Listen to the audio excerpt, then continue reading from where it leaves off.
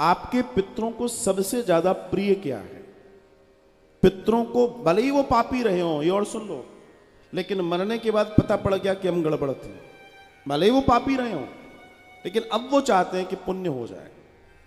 तो आपके पितरों को सर्वश्रेष्ठ जो अच्छा लगता है, वो सबसे ज्यादा पसंद उनको शुचिता और शुद्धता पसंद है। पितरों को सबसे ज्यादा अगर कुछ पसंद है तो शुचिता और शुद्धता पसंद है। और जिनके यहां शुचिता और शुद्धता नहीं होती, वहां पितृ स्वयं भी रहते हैं और आसपास के पितरों को इकट्ठा भी कर लेते हैं। तो कई जगहों पर प्रेतों का वास निरंतर बना रहता है। कई जगहों पर, जगहों मतलब घरों में।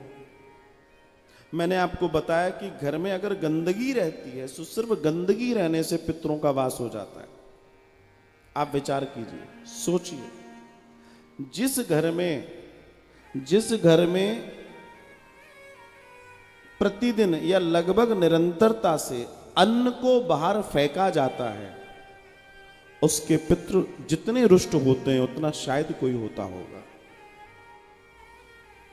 जितनी ज्यादा अन्न को आप निरंतर फेंक रहे हैं, एक घर से फेंका जा रहा है और एक जो थाली में छोड़ रहा है, पितृ उससे कभी प्रसन्न नहीं होते और पितृ हमेशा लगे रहते हैं कि इसका नुकसान हम कैसे कर दें।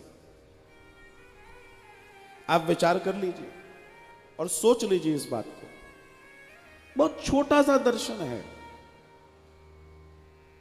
इतने सेंसिटिव होते हैं वो। मैंने आपको बताया कि आपके घर में जो आपकी रसोई है, जो तीनों टाइम क्लीन होनी चाहिए, और किसी समय हो पाए नहीं हो पाए, रात्रि में आपकी रसोई में एक झूठा बर्तन नहीं छूटना चाहिए महाराज। पितरों के लिए वेलकम है वो, वेलकम, रेड कारपेट वेलकम है। हालांकि आप लोगों के यहां तो ऐसा नहीं होता होगा, मुझे मालूम है, आपके चेहरे बता रहे हैं। जिनके यहां होता है उनकी बात कर रहा हूं। आप लोग तो सब,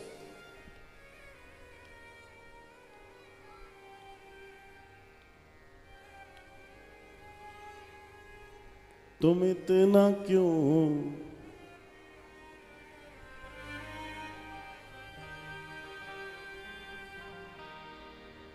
देखो भैया,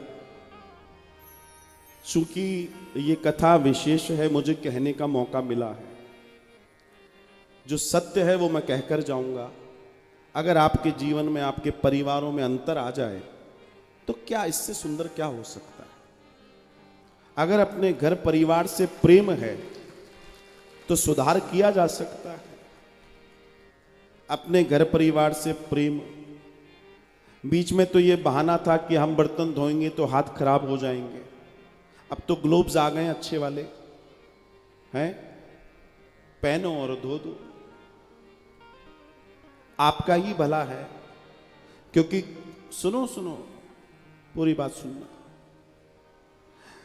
ये जो पितर हैं, ये सबसे ज्यादा परेशान करते हैं घर की महिला को जब किचन में ऐसा होता है, क्योंकि वहां का कार्यक्रम उसके हाथ में है तो वो बीमार रहती है, उसको मानसिक तनाव रहता है और वो पीड़ा में रहती है। आप सोच रहे होंगे मैं डरा रहा हूं, डरा रहा नहीं, बता रहा हूं। मेरा काम बताना है और सॉल्यूशन के साथ बताना है। हम सब कर लेते हैं, हम सोच रहे हैं पूजा करने से हो जाएगा। पूजा अपनी जगह तो होगी होगी, लेकिन आपको बेसिक जो कार्य हैं वो भी करने पड़ेंगे। झूठा भूल से भी घर से बाहर ना फेंके, कोशिश करें इतना उतना लो थाली में, एक अन्न का दाना न जाए नाली में। ध्यान रखिए, अगर आप इस बात को समझ जाएं तो जीवन का आनंद है।